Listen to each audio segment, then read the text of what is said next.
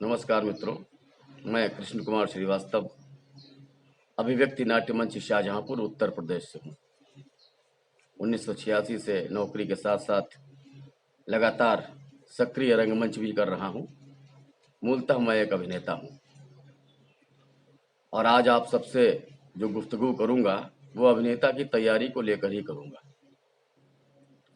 30-35 वर्षों के एक्सपीरियंस से जो कुछ सीखा है और कुछ रंगमंच के ऊपर पुस्तकें पढ़ी हैं, उनसे जो ज्ञान अर्जित हुआ है वही सब आपसे साझा करूंगा, शेयर करूंगा। मूल विषय पर आऊं इससे पहले आज के नवोदित रंगकर्मियों के लिए नाट्य शास्त्र के विषय में कुछ चर्चा करना चाहता हूं। हमारे यहाँ 4 वेद होते हैं: ऋग्वेद, यजुर्वेद, सामवेद और अथर्ववेद। नाटक करने के लिए हमको संवाद की आवश्यकता पड़ती है। संवाद गद्यात्मक भी हो सकते हैं, काव्यात्मक भी हो सकते हैं। अभिनय की आवश्यकता होती है। अभिनय के भी कई प्रकार हैं: आंगिक, वाचिक, सात्विक और आहार्य। गीत संगीत की आवश्यकता होती है और हर नाटक का अपना एक रस होता है, तो रसों की भी आवश्यकता होती है। ये सब चीजें आई कहाँ से? ऋग्वेद से हमने संवाद लिए, अभिनय लिया हमने यजुर्वेद से, गीत संगीत सामवेद से, और रसों का भंडार जो है 9 रस हैं, ये रस अथर्ववेद से आए। इन्हीं सबका समावेश नाट्यवेद में मिलता है। कहा यह जाता है कि नाट्यवेद की रचना ब्रह्मा जी ने की थी।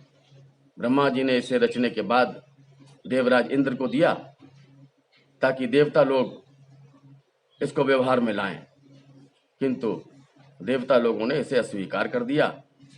तब ये भरत मुनि को दिया गया और भरत मुनि ने अपने 100 पुत्रों को नाट्य कर्म का प्रशिक्षण दिया। तब से कहा जाने लगा कि नाट्यवेद या नाट्य शास्त्र के रचयिता और कर्ता भरत मुनि हैं। अब नाट्य शास्त्र के ऊपर विस्तार से चर्चा कभी बाद में करेंगे। अब हम आते हैं रंगमंच के ऊपर। रंगमंच है क्या? रंगमंच यथार्थ तक पहुंचाने का भ्रम पैदा करता है। सच्चाई होती नहीं है, लेकिन भ्रम पैदा कर देता है सच्चाई तक पहुंचने का। उदाहरण के लिए, एक प्रेक्षागृह में दर्शक दीर्घा में दर्शक बैठे हुए हैं, मंच पर किसी नाटक का मंचन हो रहा है। अचानक एक दृश्य ऐसा आता है कि अभिनेता की मार्मिक मृत्यु मंच पर हो जाती है और उसका शव मंच पर पड़ा हुआ है। हम देखते हैं दर्शकों के नेत्रों से अश्रुधारा बहने लगती है, वो रोने लगते हैं, भावुक हो जाते हैं।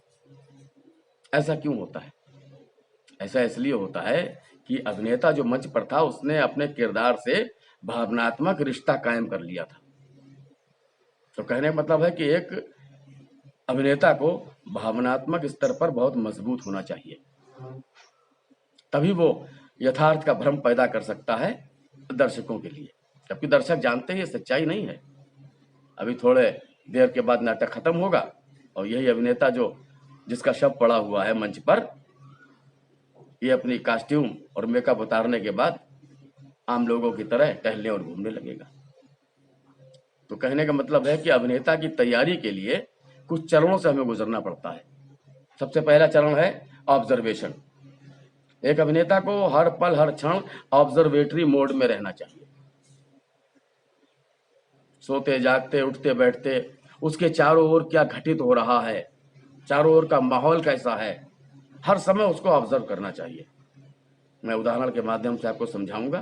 किसी यात्रा का वर्णन करता हूं। हम लोगों ने बहुत सी यात्राएं बसों में, रेलगाड़ी में की होंगी। चलिए आज बस की यात्रा की बात करते हैं। जब जब हमने बस में यात्रा की होगी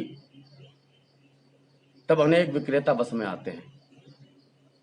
कभी कोई तेल बेचने चला आता है बस में, कभी कोई मंजन बेचने चला आता है, कोई बाम बेचने चला आता है, कोई मूंगफली बेचने चला आता है, तमाम प्रकार के। चलिए आज मंजन बेचने वाले की बात करते हैं। यात्रा के दौरान हमने 20 मंजन बेचने वाले देखे होंगे। मंजन बेचने वाले क्या बताते हैं कि आप हमारा मंजन लगाइए, आपके दांत और मसूड़े स्वस्थ रहेंगे, उनमें कभी कोई कीड़ा नहीं लगेगा, कोई इन्फेक्शन नहीं होगा। लेकिन वो जो 20 मंजन बेचने वाले हमने देखे हैं, उन सबका मंजन बेचने का तरीका अलग अलग था। किसी एक ने दूसरे की नकल नहीं की। यही है ऑब्जर्वेशन, हमें उनको ऑब्जर्व करना है। दूसरी चीज है इमेजिनेशन। अब सपोज करिए हमको किसी नाटक में मंजन बेचने वाले का ही रोल मिल गया, वही किरदार हमको करना है, तो हम कल्पना शक्ति में जाएंगे और अपने कल्पना लोक में जब मंजन बेचने वाले की छवि बनाएंगे तो वो जो 20-25 मंजन बेचने वाले हम देख चुके हैं वो सब हमारे कल्पना लोक में विचरण करने लगेंगे और उससे हम अपने लिए एक मंजन बेचने वाला तैयार करेंगे कि हमें मंजन ऐसे बेचना है। फिर जब हम वो छवि आकृति तैयार कर लेंगे अपने लिए, तब फिर हम अपने सह अभिनेताओं से इसको साझा करेंगे कि यार हम ऐसे मंजन बेचेंगे, अपने निर्देशक को बताएंगे। जब वो ओके कर देगा तब आप, ये इमेजिनेशन हो गया, जब निर्देशक ओके कर देगा या सह अभिनेता ओके कर देंगे तब आप जाएंगे कंसंट्रेशन में। अब आप उस पर पूरा ध्यान एकाग्रचित होकर लगा देंगे, आपकी सारी एकाग्रता उस मंजन बेचने वाले किरदार पर लग जाएगी। जब आप पूर्वाभ्यास या रिहर्सल में जाएंगे तब आप रास्ते भर अपने मन में इतना एकाग्रचित हो जाएंगे कि मंजन बेचते हुए ही जाएंगे। और एकाग्रता सबसे बढ़िया कब होती है मित्रों? जिस दिन आपका मंचन होता है और आप 1-1.5 घंटे पहले मेकअप और कॉस्ट्यूम पहनने के बाद अपने को तैयार होते हैं, आईने में देखते हैं, उसके बाद आप अपने को सबसे अलग कर लीजिए, एक कोने में बैठ जाइए और अभी जो घंटे भर के बाद आपको मंच पर उतरना है उस पर एकाग्रचित हो जाइए। पूरा कंसंट्रेशन आपका उस ओर हो जाना चाहिए। ये हो गया कंसंट्रेशन।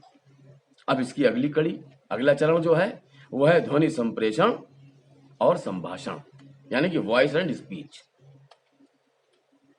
वॉइस एंड स्पीच के बिना हम कुछ कर ही नहीं सकते। हमने तैयारी बहुत कर रखी है, इसके बिना तो हम लूले लंगड़े कहलाएंगे, अपाहिज कहलाएंगे। मंजन बेचेंगे कैसे? जब हम मंच पे आएंगे तो हमारे कुछ संवाद होंगे, उन संवाद में कहाँ उतार है, कहाँ चढ़ाव है, कहाँ धीरे बोलना है, कहाँ प्रेम से बोलना है, कहाँ गुस्से में बोलना है, तमाम प्रकार के वेरिएशंस हमारे संवादों में आते हैं और आने चाहिए। और संभाषण मतलब स्पीच। स्पीच के लिए क्या करना होता है? आपका डिक्शन क्लियर होना चाहिए, आपका उच्चारण क्लियर होना चाहिए, कहीं भी बोलते समय फंबलिंग नहीं होनी चाहिए या हिलकना नहीं चाहिए। आपकी आवाज दर्शकों तक बहुत साफ साफ पहुंचनी चाहिए। एक बात आपको बता दूं कि ऐसे अभिनेताओं को दर्शक बहुत पसंद करते हैं, जिनकी आवाज दर्शकों तक बिना किसी रुकावट के पहुंचती है। और सबसे अंतिम चरण जो हमारी नजर में है वो है मंच पर दी हुई स्थितियों और परिस्थितियों से एक अभिनेता कैसे सामंजस्य स्थापित करे। इसके लिए बहुत जरूरी है